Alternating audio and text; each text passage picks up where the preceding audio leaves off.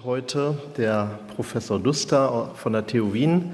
I spoke with him and he asked me if I could also introduce him in English. So I introduce also Professor Dustdar from the Technical University of Vienna in English. As I told you, I will do so. If you prefer, I will do. Okay, please.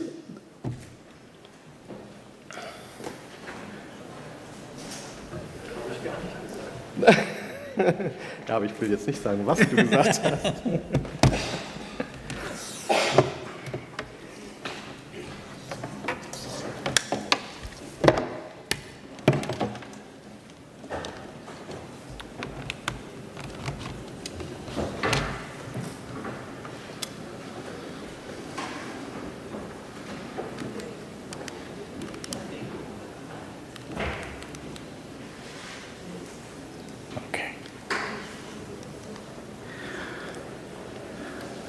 Okay, so welcome everybody. Thank you, Martin, for this nice invitation to give a presentation here at the GI Jahrestagung. It's a great pleasure to be here in Germany, to speak here to you. I know some of you. I'm happy to see you again.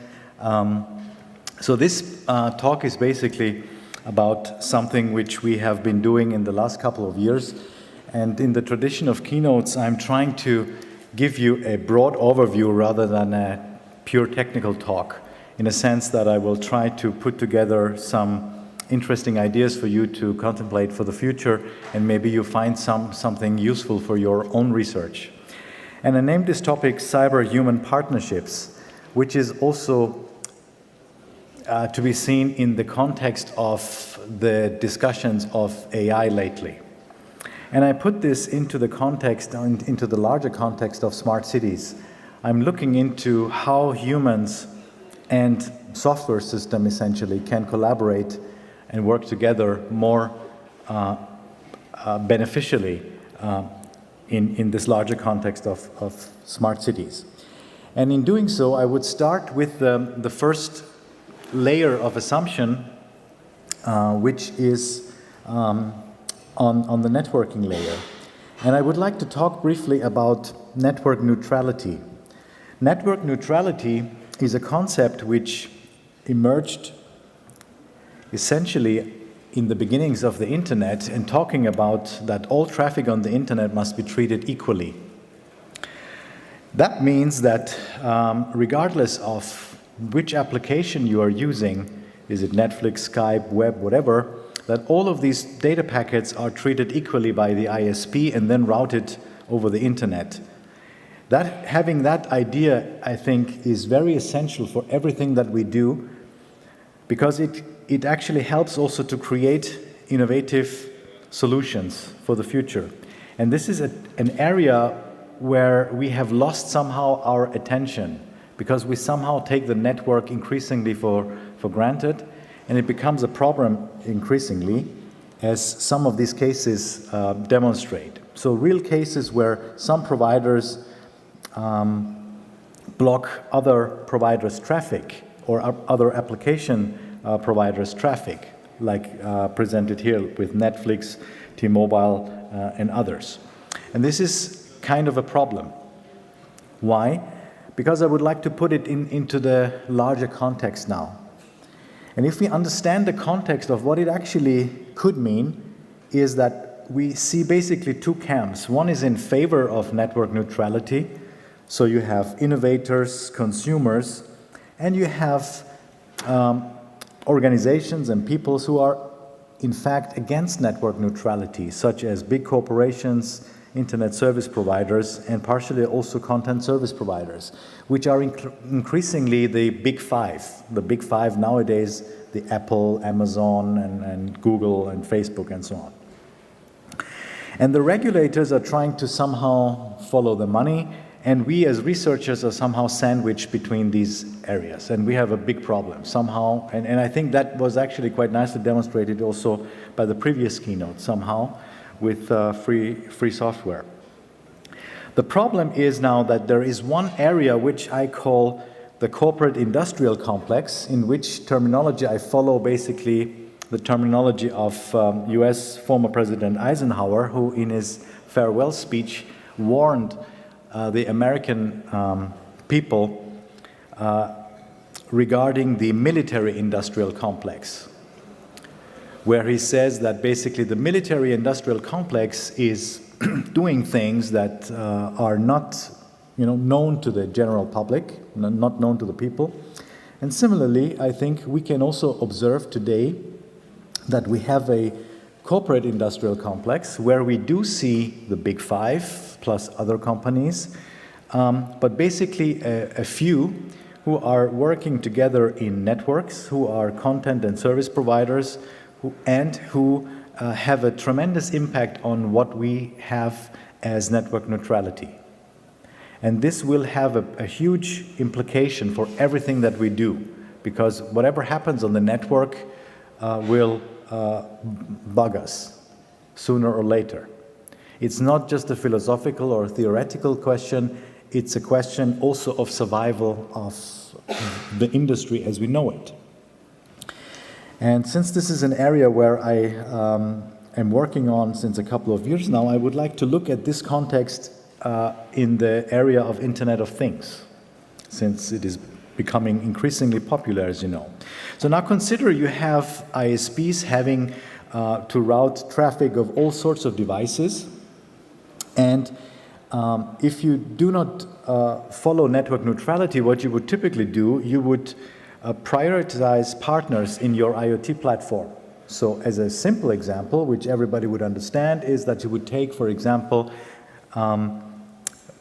the traffic coming from BMW cars and prefer that traffic vis-a-vis the Mercedes cars or whatever other cars. Now, that could be an interesting scenario, and business-wise, actually, it might even make sense, right? For BMW, certainly would make sense in this example. But of course, it's problematic. It is problematic because companies could argue, well, if you have an emergency, why not do it, right?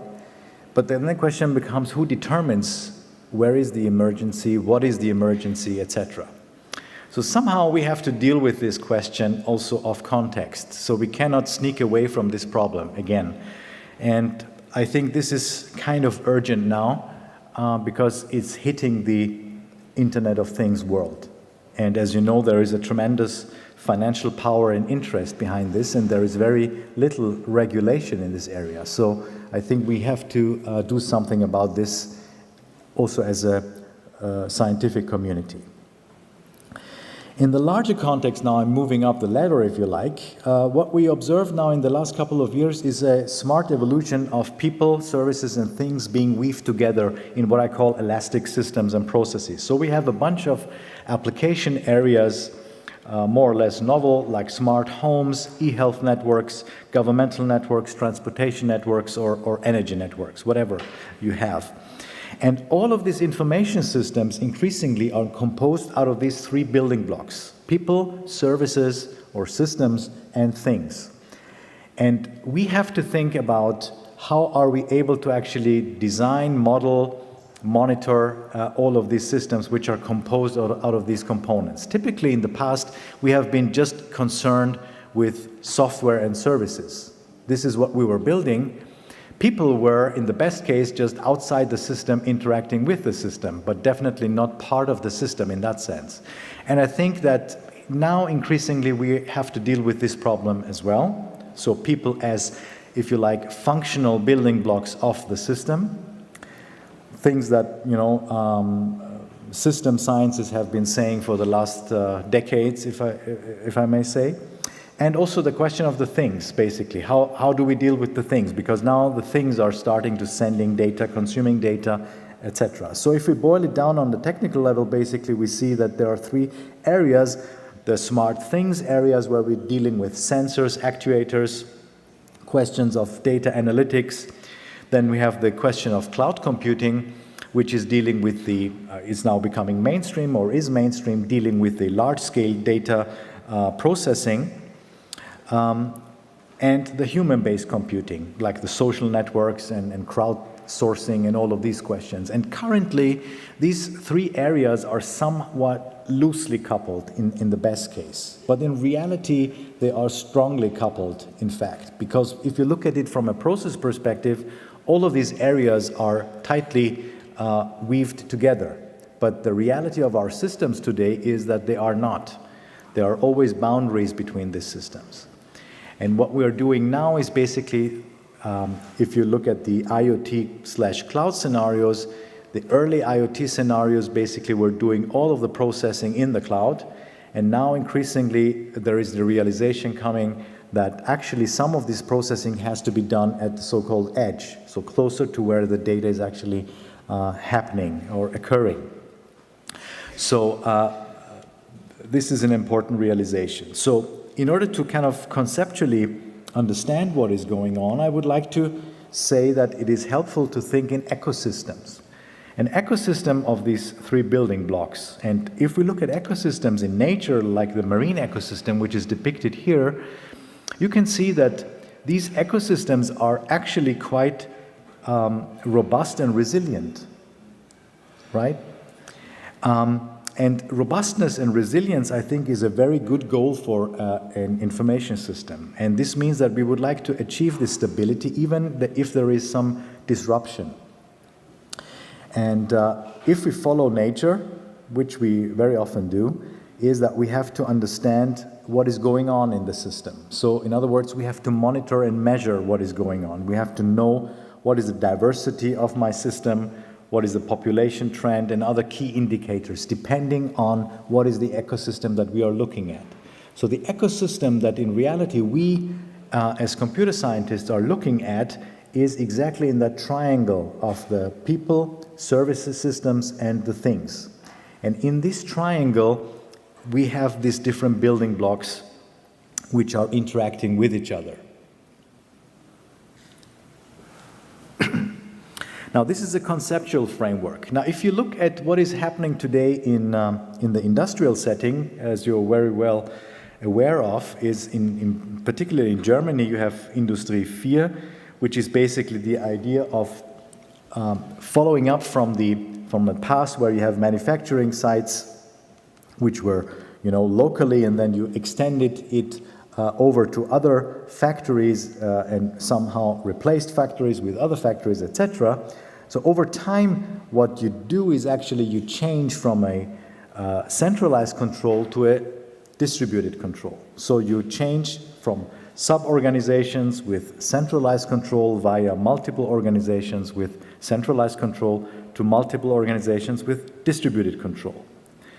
This is a very technical perspective of the German landscape or the German-speaking landscape. Interestingly, if we turn our attention to Asia and look to Japan, they call something Society 5.0. So it has to be an upgrade, right? So Industry 4 is not good enough. There has to be an upgrade, so it's Society 5.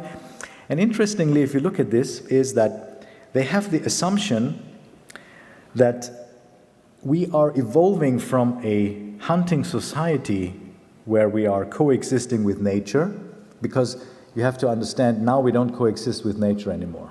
This is somehow the assumption, which I would heavily doubt. So there is a coexistence with nature, and we are a hunting society, we were a hunting society, and now we are moving to Society 5.0, where everything is super smart, as they call it.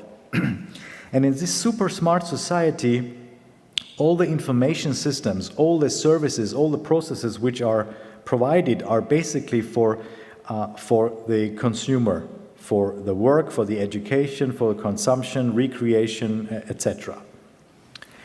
Now, if I look a little bit with a critical perspective, if I may, on this trend which the countries are taking and looking into Industry 4 and Society 5, I would like to look at it with a critical eye and look at some phenomenon in the world where I'm doubting that we have a linear history. We have actually, as some people call it, ancient computers.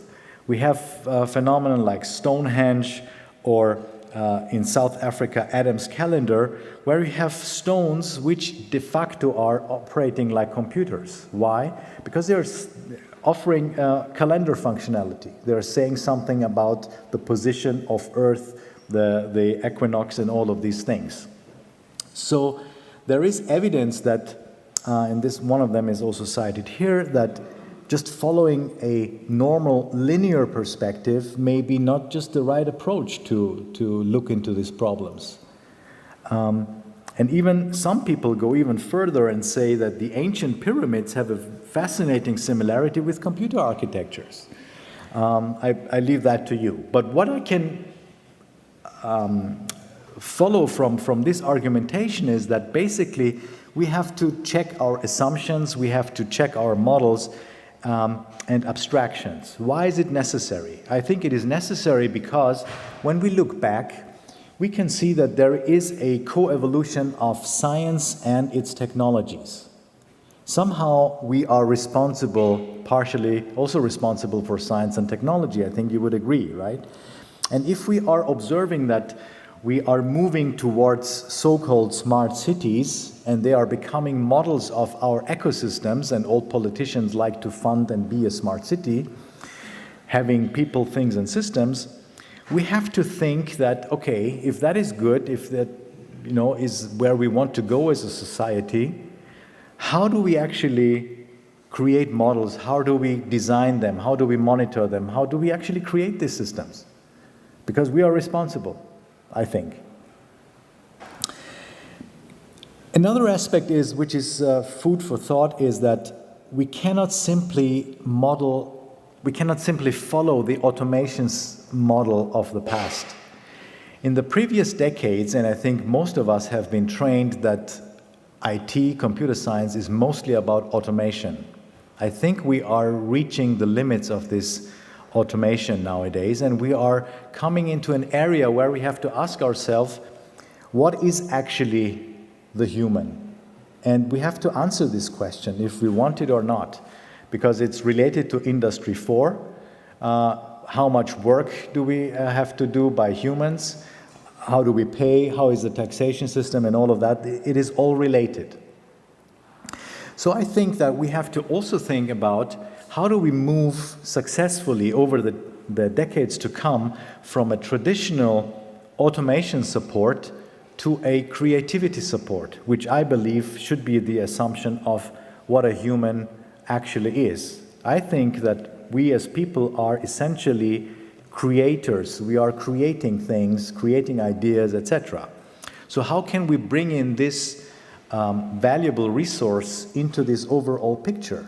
And if you look at it with a critical eye, actually, we don't really have it now. We are looking at the people simply as entities which are input-output devices for the system. In the next case, in the best case, the people are functional building blocks, but there are very few support areas for creativity support. So people can actually thrive where they are working. So somehow we have to create better layers of these paradigms. We have been fooled in the past by the scientific perspective of the reductionist materialistic perspective, that we have to take out the observer totally. And by taking out the observer, by taking out the people, we have basically created a little bit of a damage also to the field. Why? Because we are somehow missing the human component. And with the human component, I don't mean necessarily just the interaction part, but also the actual very basic part of what is the human actually doing in all of these systems. So I think that these ecosystems that we are creating are composed of architecture, structure, and dynamics. So that's a very high-level perspective of this. And if you have this high-level perspective of this, I think that it makes sense to look at the paradigms ruling these three building blocks. And I would like to propose in this talk three main paradigms which we should investigate further together as a community. One is the question of elasticity, which is the foundational building block for creating resilient systems, because a resilient system is not static, it is elastic, and that's the successful feature of any creature and system, even in nature. The second part is osmotic, which I will talk to you in a minute, and the third is social compute units. And these three building blocks I would like to discuss with you, because I think that they are kind of interesting paradigms to focus more research on. The first paradigm, elasticity, which is a founding block for resilience. So elasticity basically comes from material science, physics, and it talks about a property of returning to an initial form or a state following some stress or deformation. So it stretches when the force stresses, and then it shrinks when the stress is removed, right? Now, elasticity is also being discussed within the context of cloud computing, as you maybe are aware of. And in that context, it is speaking mainly about adding and removing resources. In the past, we have been creating systems for the worst case, which were basically scalable. So we were having the worst case in mind, and we built the systems for the worst case.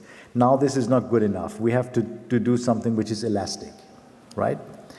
Now, what I would like to propose is that we add some semantics, if you like, to the question of elasticity, and that is basically looking at it with two additional dimensions. One is clearly the resource perspective, which is adding and removing resources. To make it more interesting for us, I think resources should not be just compute resources, but should also be people, teams. Because in reality, if you have certain types of problems, you actually add people to solve a particular problem. Why not actually factor that into your system? The other two dimensions which I think are essential are quality elasticity and cost-benefit elasticity. What does it mean? It means that the systems that we are designing now, they say something about, in modern terms, the business model of your software. They say something about, okay, you can add resources as long as you provide that quality of data, either input or output, and do not follow a particular cost and benefit rule. So it should not cost more than X amount of euro, for example. So whenever we design a system now in, for example, the cloud context, we are actually looking at the business model also in mind. And I think this is qualitatively also new compared to the past. We think about what is the quality and also what are the costs by designing the system. And I think there is plenty of research to be done in this question of resilience and elasticity from theory to practice. The second paradigm, which I believe is very important, is now I'm taking a concept from chemistry, osmosis, is basically looking into in chemistry, it looks at the diffusion of molecules from a higher to a lower concentration solution, right? And the question now, for example, if you consider the context of IoT and cloud, becomes all of these services that we require, from data analytics to some form of processing, stream processing, etc., where do they actually run? Do they run on the cloud, or do they run on the edge device, which is typically close to the sensors? Both. But can they go back and forth? So that's of course, the hybrid question is the really interesting one, right? So you see, we had similar problems in the past, software code migration and stuff like that. So there were similar questions, but now it has a different spin because we didn't successfully fix that problem. So it comes back. That's my credo. So whenever we don't fix it, it comes back with a different flavor. And apparently this is now the case. We have to attack this problem of where do these pieces actually run. Microservices is one attempt to look into this, right? Because you can have containers operating on the edge device or on the cloud device. The third paradigm is kind of interesting because it is dealing with people. And whenever you deal with people, it becomes a little bit messy because we enter into this space of automation versus creativity support. What I mean here with the paradigm of social compute units is essentially that we have to create, or what we propose here is to create concepts, frameworks, models, tools, etc., to support the team formation, plus the technical support for these teams. I give you a concrete example what I mean. If we assume that here in this lecture hall, we are the experts for some topic, and we should come up with some solution, with some proposal within the next 4 hours to fix a particular problem. Okay? How much time would we dedicate on actually discussing, how do we actually do this, with the tools? I mean, do we use Dropbox? Do we use email? And how do we do it, right? And I think this is simply not appropriate enough for this time and age. We should be more creative. We should be better in actually creating the tool sets where we can create teams, we can dissolve teams, we can add people, we can merge teams, we can delegate stuff, etc., etc. Everything that we know from organizational theory, but is somehow not translated into software, I propose that we solve here with that problem. And the idea of what we do here with the social and compute units since a couple of years is basically addressing teams similar to as we are addressing software with APIs. So we have a team which we can address, which we can send messages to, and we don't care how that team is actually created in the back end. So there is some mechanism where we have done this, and there are a number of papers which we have done in this area. So these are the three paradigms which I believe are actually helpful as a building block for creating resilient ecosystems for the future. Now I would like to look into the smart city as one example. Smart city is definitely a buzzword. Many people don't like it. I think it's a good umbrella term because somehow it indicates that something is changing. But in fact, if we look at it from a technical perspective, it is basically a cyber-human partnership model. Somehow machines and people have to work together. So I don't think that this dichotomy of machines versus people is the right thing to go. Obviously, it is totally flawed. We always have to collaborate in some way. And the question is, how can we actually do it? How do we program or how do we augment the human capabilities? And this is what I was talking about in the third paradigm. And how can we hand over work from the machine to the human and from the human to the machine? And how do we deal with these replacement scenarios of partial work done by the humans can be replaced by machines and vice versa? And in this context, I would like to look a little bit into the experiences that we had in the last couple of years in the Internet of Things world, because somehow the IoT world is the foundational block for the so-called smart cities. So we started a couple of big projects in IoT, and we looked into the different ecosystems in the so-called smart buildings, if you like. And we discovered that there is a huge area which we have never heard of as computer scientists, like this HVAC. You have heating, ventilation, air conditioning ecosystem, where you have all these things necessary for heating and ventilation and air conditioning being tied together and operating for that building. And of course, what we have discovered is that these things are not related to any other system. So the first lesson was that, actually there is no integration. It is actually just the HVAC system. And it is not just the HVAC system, it is just the HVAC system of vendor one. So if you have another building over there, that might actually have a different HVAC system of vendor two. The same is true for the water ecosystem and the air conditioning, which has to be monitored and also controlled somehow. So usually in this super smart city scenarios where we were working on, there was a command control center in the city taking care of many of these buildings and of these aggregated data and somehow making sense of it. One of the lessons I would like to present here is regarding chillers. So we were doing this project in Dubai. And as you can imagine, in Dubai, as it is hot, chillers are very prominent. And so the question becomes, how do these chillers actually operate? And the very first lesson we learned is that typically these big hotels, they buy these huge air conditioning plants when the building is being built. They put it up there, and then what happens? Nothing. It just stays there. It just stays there, and basically they operate. And these air conditioners, they basically come similar to CPUs with what they call compressors. So they have 2 or 4 or more of these compressors, and guess what? These compressors can be switched on and off depending on the capacity they should produce.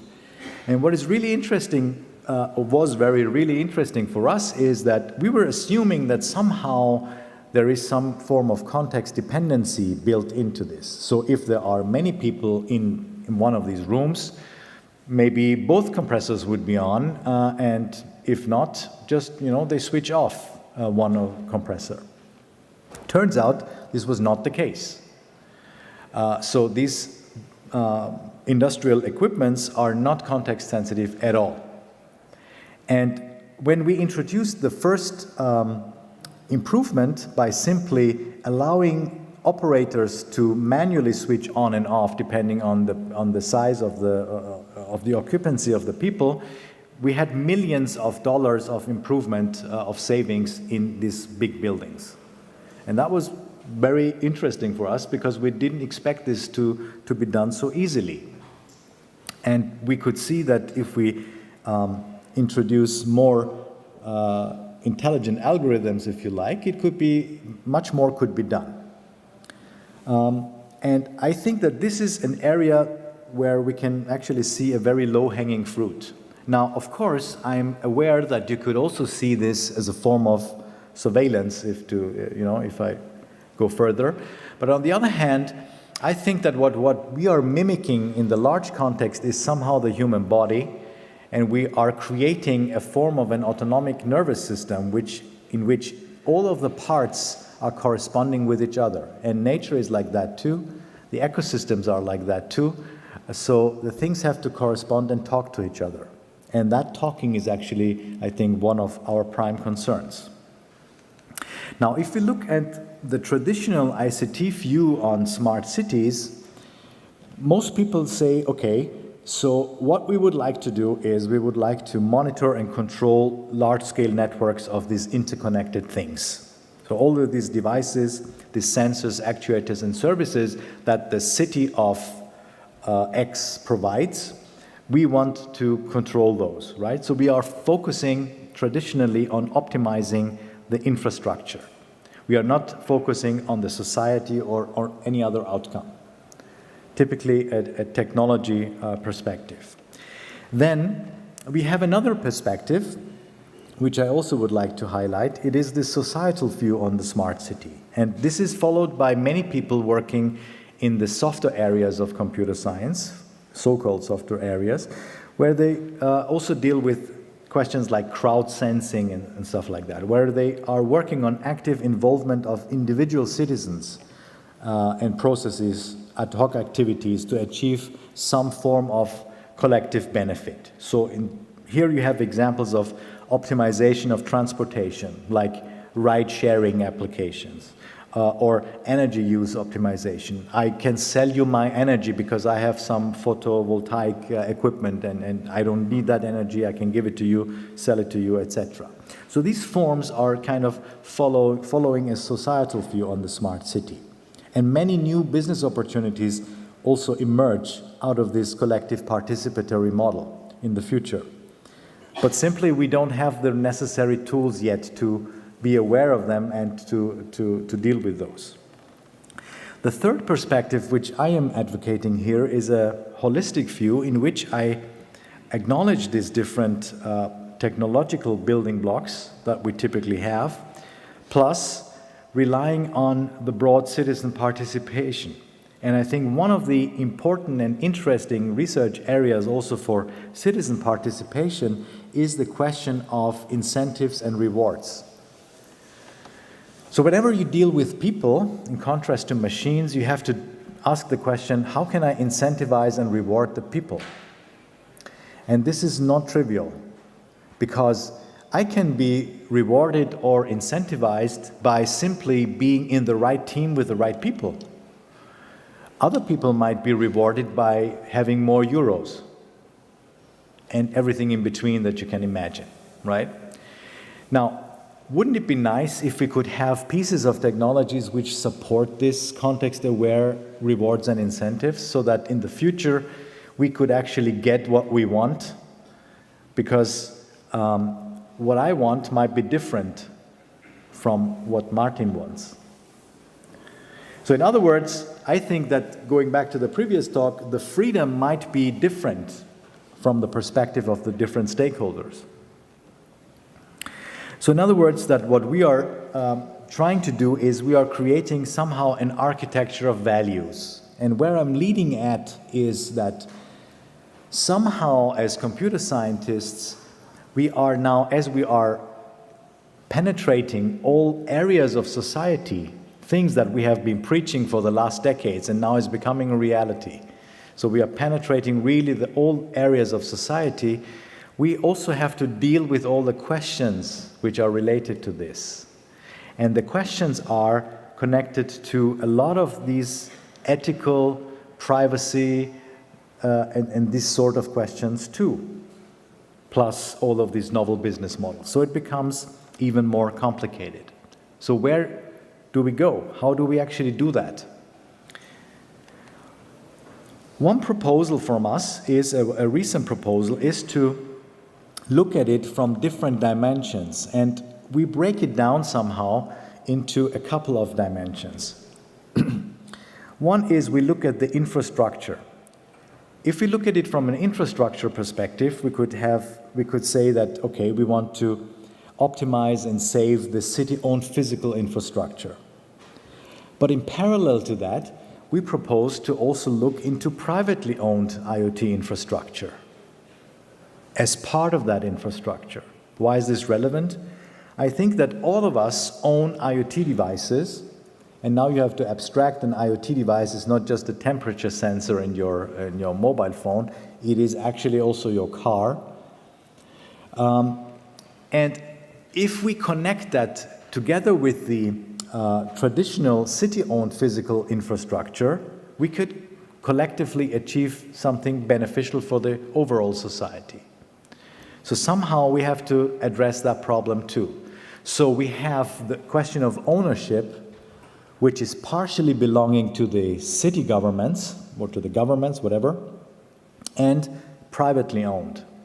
But how do we govern this? How do we program this? How do we test this? Basically, we have no idea. We don't know. But it is worthwhile for us researchers, and this is what we are looking for, right? How do we do this? How do we find the next big problems? Second area are societal values, dealing with empowerments of the citizens and democracy. One example in recent Vienna, we had this long discussion of if we would like to have a pedestrian street in one of the most famous areas of Vienna's shopping district. Should we, get rid of the cars or not? It was a huge political debate. Basically, no real arguments, as you can imagine. But how would it be if we could have real sensors, real simulation models, and real facts, playing around with it and having people involved in it and checking things? I think that would be great. And I think we are responsible for that because nobody else is going to do it. The third area deals with business values or novel business models, if you like. We could augment the city infrastructure with also citizen-owned devices. We could support microtransactions. We could create novel models for crowdsourcing the workforce in whole areas and regions. Microtransactions meaning that, for example, if you provide access to your IoT device, maybe you should be reimbursed, right?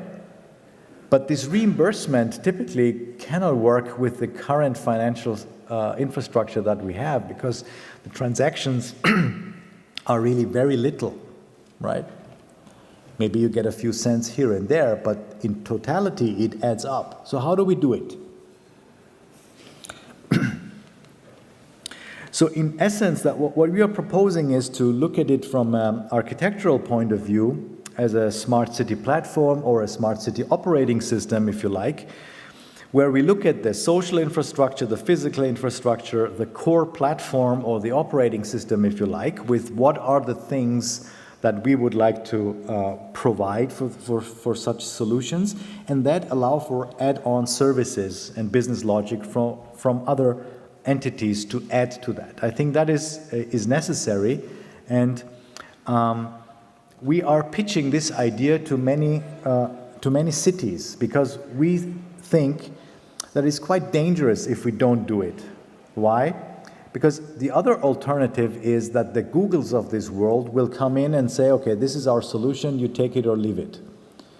And I don't see why Chemnitz should be run by a company in California or Vienna or any other place. So we have to seriously think about this, how to actually create these solutions and support our city infrastructures as well. Somehow I think that this is part of our responsibility too. Now, when we dig deeper into how do we do it, I think we can come up with a number of defining dimensions, and these are the dimensions that we came up with. We look at the infrastructure, the data analytics, the complex coordinated activities of people, the incentive management, the automated governance, and the citizen informedness. We had some process which we describe in our publication on how we actually came to these dimensions, and what we propose is kind of a roadmap where we are proposing concrete steps how to follow the route from a traditional city, for example, to a smart city 1, smart city 2, and a cyber-human smart city.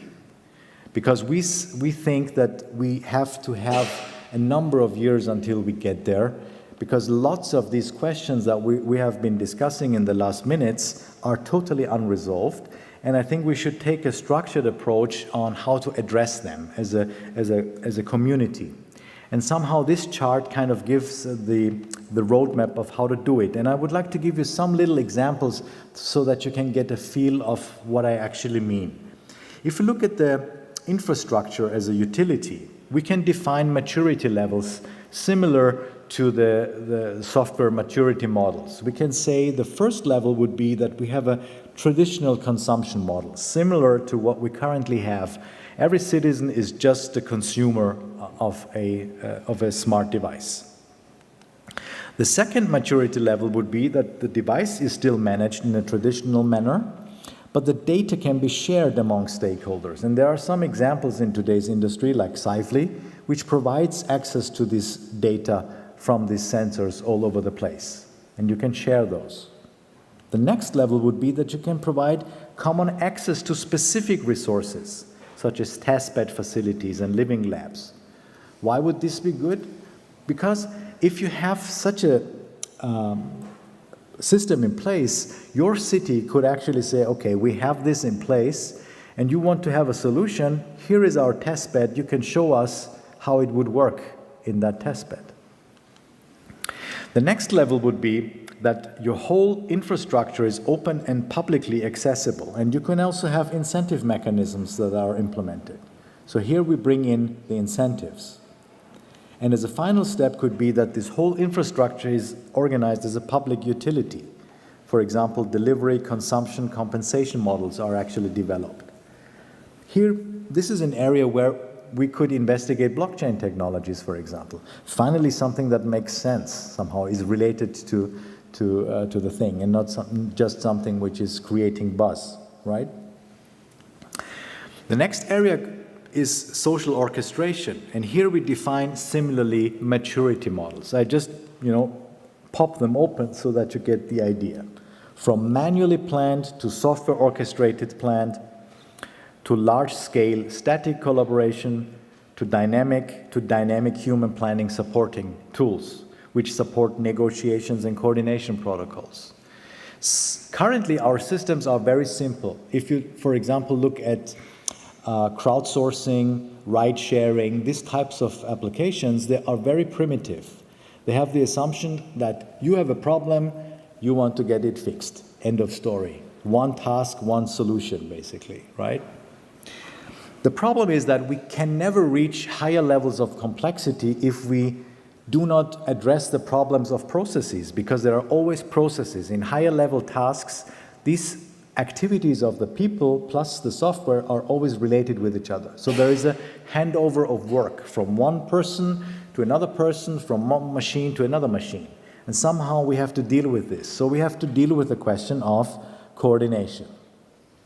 And here also there are some levels of maturity. And similarly to that, the area of incentives, which I was giving you before. We have the question of not using incentives and rewards at all, which is currently the state, and this is, I think, the most underdeveloped area, to platform-specific incentives. For example, you have some incentives in, like, social media is very popular, right? So Facebook, you like it, that's kind of a form of a reward, if you like. But it's very primitive if you think about it, and it's actually bound to that platform. How about if we could have a system which translates over the platform? If you like, think about it like the Miles and More program, where you can have miles, but you can use it to buy stuff. How about having it for everything, across software? Wouldn't that be interesting? And that could stimulate resource sharing, automated incentive management, to even dynamically generate and adjust particular groups of people depending on the task at hand, depending on how much budget is available, and stuff like that. Similarly to the area of governance, the question of governance is, you have traditional governance where you just look at the physical infrastructure. The next is the current stage where most of our cities are in. We call it digital transformation, open data, everybody having a digital strategy and stuff like that, right? Somehow we need to translate that into social governance by including the citizens as well. And these models have to be more intelligent than in the past. They have to have higher forms of involvement, and not just the involvement at election day. They have to be continuous involvement. So with this talk, I somehow wanted to give you a very, very broad overview, a non-technical overview, but every area I was addressing here is backed by a number of technical papers where we have talked about the prototypes. And to conclude, basically, I would like to give you three things. One is the partnership model for looking at the IoT edge cloud perspective, which I think is of immediate need, where we can work on. The second area is osmotic computing as part of the second paradigm I was talking to you about, where we are dealing with the question of where should the services run? Because in the last 10 years we were dealing with services, but now we have to deal with where do they run and how do they run, etc. And we put all of these things together into a book which came out like 2 months ago, called Smart Cities, the Internet of Things, People and Systems, which I would like to auction off now. No, I'm just kidding. No. So with this, I would like to thank for your attention. Thank you very much.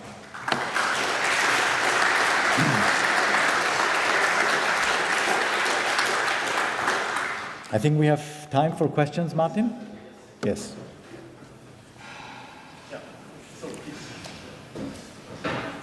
Thank you for the talk. Very interesting, very inspiring. I'm wondering about your term maturity.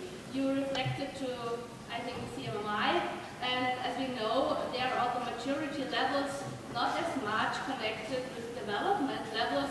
They are more a kind of maturity of management. So the most advanced level is called optimizing. So I'm wondering whether your levels are more a kind of development level, or let's say social and technical interoperability or orchestration level. Yes, probably the latter, because we are not talking about the development process per se, but we are looking at it from the perspective of how mature can the overall conglomerate or ensemble of social technical system actually become. But it's not a managerial maturity, it's more a technical and social Yes, it's the connection, exactly. If you have a better term, we are not religious about the term, and we are happy to exchange it for a better term. I will think about it. Yes, please. Any other questions?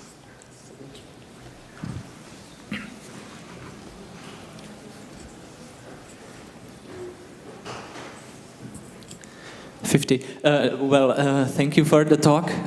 I wanted to ask, don't you think it would be better that more or less few companies design systems for the regular city and then implement it to achieve efficiencies of scale, and that you are a bit concerned with the not invented here syndrome when proposing that each city should develop their own system for the smart city? Yes. I think here, like with many other things, it's the planning and it's not the plan which actually counts. So in other words, I think that if a city, for example, goes into this adventure of planning for a smart city, becoming a smart city, and going through this set of questions, that's the actual benefit which is there for the stakeholders. But very practically speaking, I think we are now on the verge of really having this, to deal with this situation. Do we hand in the keys to the city to the big five or not? It's a very practical question, and I think we should address this by having more initiatives on the decentralized level. So to answer your question directly, I think we should invest more in specific solutions. I think the computer science, informatics communities and industry is let's say, advanced enough to somehow converge on a set of standards and platforms and stuff like that. So I think that we have learned a lot over the last decade so that we don't make the same mistakes again. So we will have APIs, we will have platforms, and we can create better scalable systems and elastic systems maybe even if we don't follow the big companies only, right? That's what I think. Ja, weitere Fragen? Well, looking at the model, it seems to me, I shouldn't say it's unrealistic, but it would undermine many of the current models, especially those of Google's and others, who take our data for zero payment, and yes, we get services back. But what you more or less envisage is turning this around, that we are the owners of our data and therefore can have some influence how it is used, how it is paid for, who can look at what kind of aspect. Isn't it too late for it? Or is your hope still that we can turn the model around? That's a very nice summary of what you just said. And in fact, this is exactly what I think.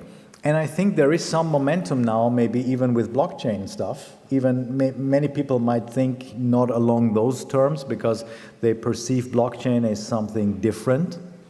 Maybe they might even think that this is something for criminals to get rich quick, right?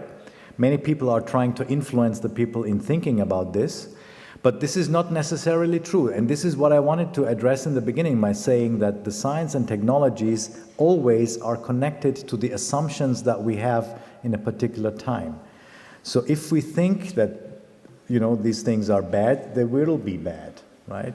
And I indeed think that when we have to turn this around, we have to have the understanding that we are owning the data, we are providing this data, and we should actually also think about making a positive income with this data. Why not? Yes. Ja, weitere Fragen?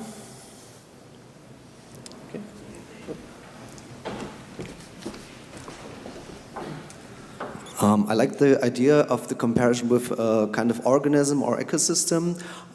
If you take the comparison to metabolism, like an organism, you will always have attackers to a system, like viral, bacterial,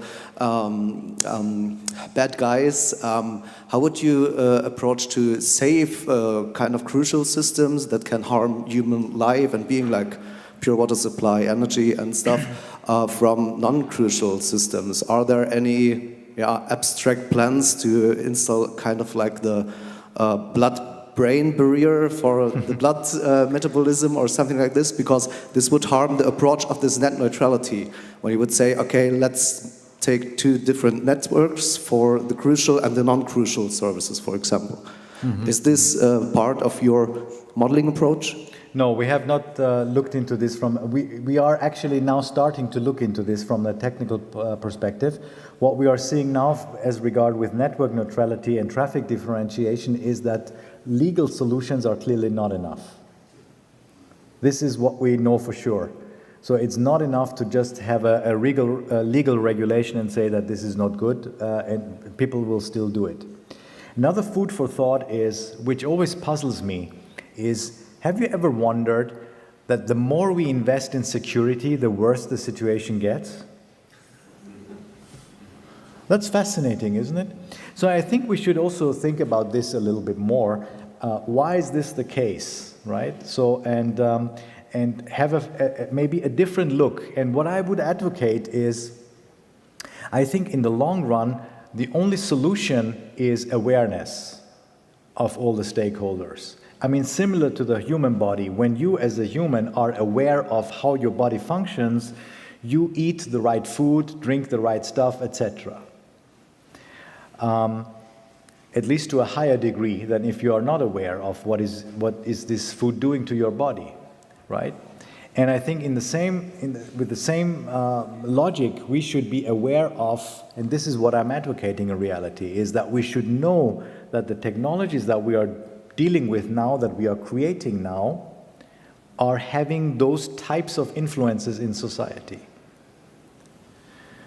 And I think that now we are kind of at the tipping point, because now we can see that we have a number of examples. We see, for example, how was social media advertised, 10 years ago? And what are the impacts now? How did we change the notion of privacy, the lack of privacy, the total change of perception of privacy, new forms of addiction, etc.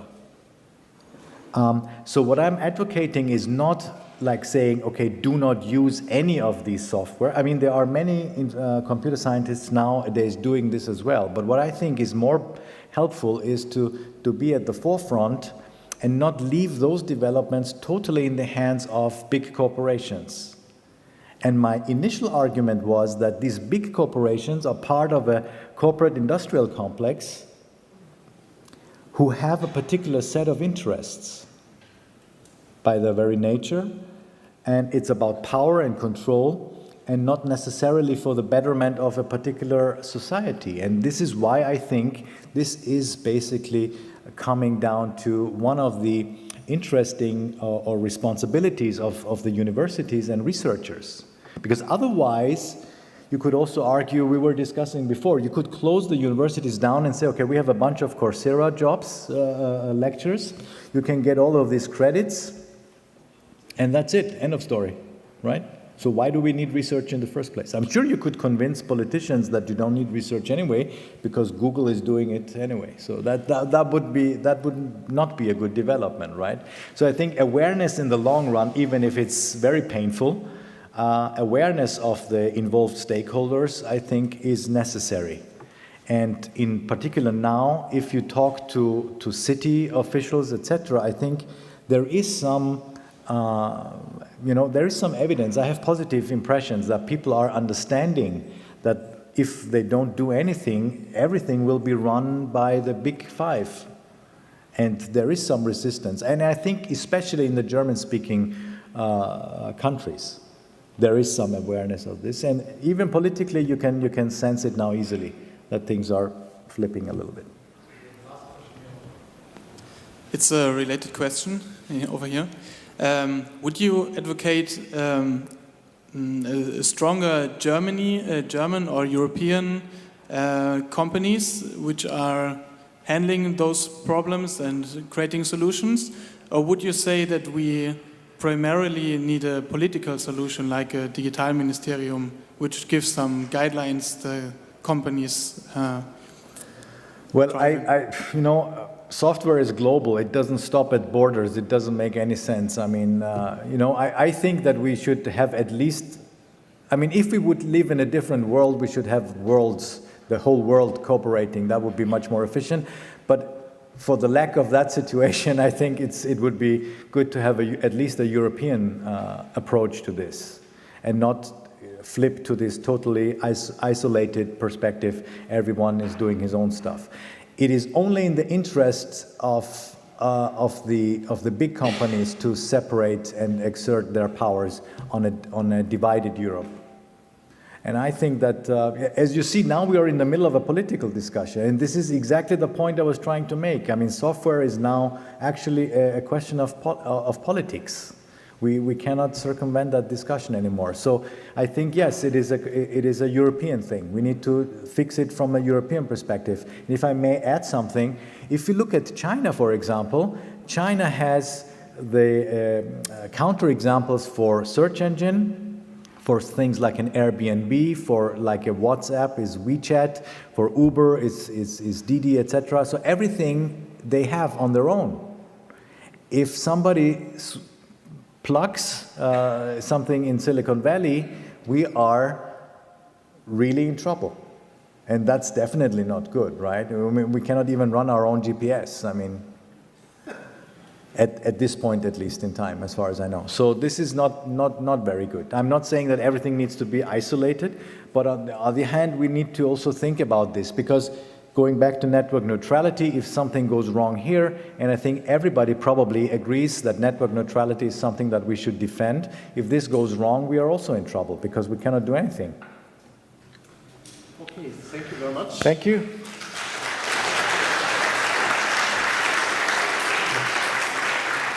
Ja, mein lieber Schahram, thank you very much. Ein kleines Räuchermännchen auch für dich. Super. Mit Männchen. Ganz kurze Erklärung, auch hier natürlich Innovation in a Box oder Smoke in a Box. Sie sehen das ja heutzutage gelegentlich von der Analog-Zigarette gibt es also Leute, die dann tatsächlich auch noch zur Digital-Zigarette greifen. Gar nicht schlau, aber es dampft kräftig. Hier das kulturelle Dampfen nochmal aus der Region für dich nach Wien und dann hoffentlich ein bisschen Chemnitzer Atmosphäre zur Weihnachtszeit oder auch schon jetzt am Wochenende. Gut, alles klar. Vielen Dank nochmal für den Vortrag. Danke. Bitte.